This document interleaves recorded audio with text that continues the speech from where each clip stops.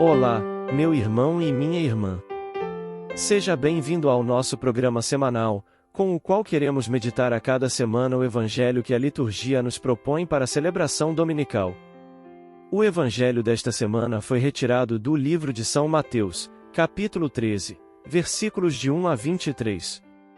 Naquele dia, Jesus saiu de casa e foi sentar-se às margens do mar da Galileia. Uma grande multidão reuniu-se em volta dele. Por isso Jesus entrou numa barca e sentou-se, enquanto a multidão ficava de pé, na praia. E disse-lhes muitas coisas em parábolas. O semeador saiu para semear.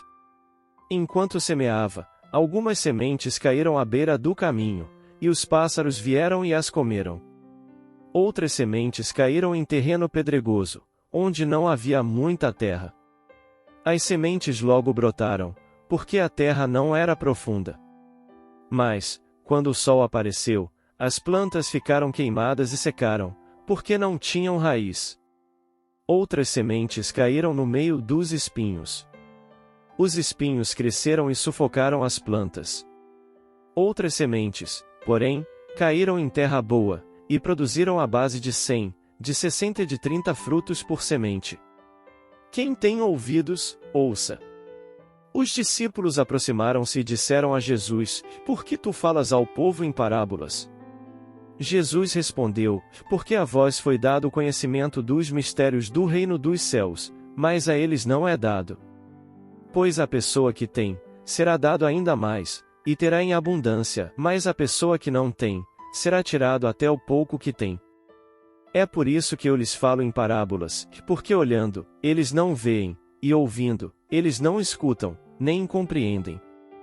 Desse modo se cumpre neles a profecia de Isaías: havereis de ouvir, sem nada entender. Havereis de olhar, sem nada ver. Porque o coração deste povo se tornou insensível. Eles ouviram com má vontade e fecharam seus olhos, para não ver com os olhos, nem ouvir com os ouvidos, nem compreender com o coração, de modo que se convertam e eu os cure. Felizes sois vós, porque vossos olhos veem e vossos ouvidos ouvem. Em verdade vos digo, muitos profetas e justos desejaram ver o que vedes, e não viram, desejaram ouvir o que ouvis, e não ouviram. Ouvi, portanto, a parábola do semeador, e todo aquele que ouve a palavra do reino e não a compreende, vem o maligno e rouba o que foi semeado em seu coração. Este é o que foi semeado à beira do caminho. A semente que caiu em terreno pedregoso é aquele que ouve a palavra e logo a recebe com alegria, mas ele não tem raiz em si mesmo, é de momento, quando chega o sofrimento ou a perseguição, por causa da palavra, ele desiste logo. A semente que caiu no meio dos espinhos é aquele que ouve a palavra, mas as preocupações do mundo e a ilusão da riqueza sufocam a palavra, e ele não dá fruto. A semente que caiu em boa terra é aquele que ouve a palavra e a compreende. Esse produz fruto. Um dá 100, outro 60 e outro 30. Neste longo trecho que acabamos de escutar, somos conduzidos a uma intimidade muito fraterna no convívio com Jesus. O próprio evangelista deixa bem evidente, ao afirmar que Jesus disse-lhes muitas coisas em parábolas, que este era o modo usual com o qual Nosso Senhor se dirigia às multidões. E isso se torna ainda mais evidente não só no que foi dito no versículo 3, mas também nos versículos 10 e seguintes. Essa era a pedagogia de Jesus, dirigir-se aos seus ouvintes em parábolas. Isso, aliás, poderia fazer surgir em nossa meditação a mesma dúvida que o versículo 10 nos apresenta. Os discípulos aproximaram-se e disseram a Jesus: Por que falas ao povo em parábolas? Vale considerarmos que o significado do termo parábola, do grego parabolé, significa comparação, analogia, discurso alegórico.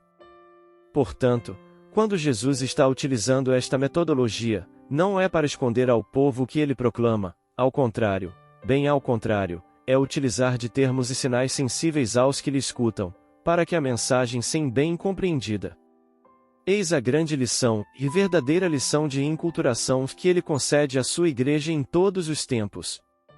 Mas voltando ao Evangelho, se era uma mensagem com sinais conhecidos, com simbolismo sensível, Por que é que não entendiam o que ele ensinava? Bem, assim chegamos ao que talvez seja o cerne de toda essa questão e que, de certa forma, dá também a esta parábola do semeador como que uma primazia entre as demais parábolas do Senhor, precisamente porque nos fala exatamente da acolhida da própria palavra de Deus, que o semeador lança abundantemente sobre a terra. Assim é Deus em generosidade. Não é mesquinho em suas graças, não é econômico em suas bênçãos. Semeia largamente. Passa pelos nossos caminhos a lançar a semente da palavra. Todavia, nem todos a acolhem da mesma forma.